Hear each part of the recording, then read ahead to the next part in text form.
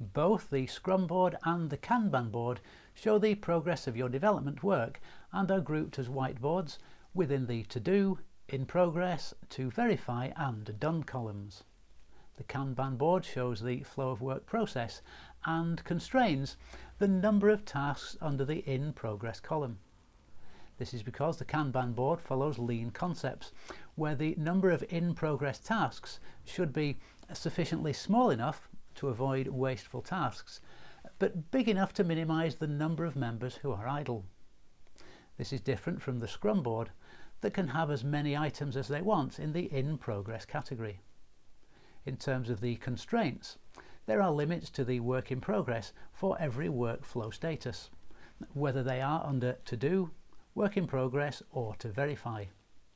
The number indicated in the status shows that the quantity of items cannot go above that number.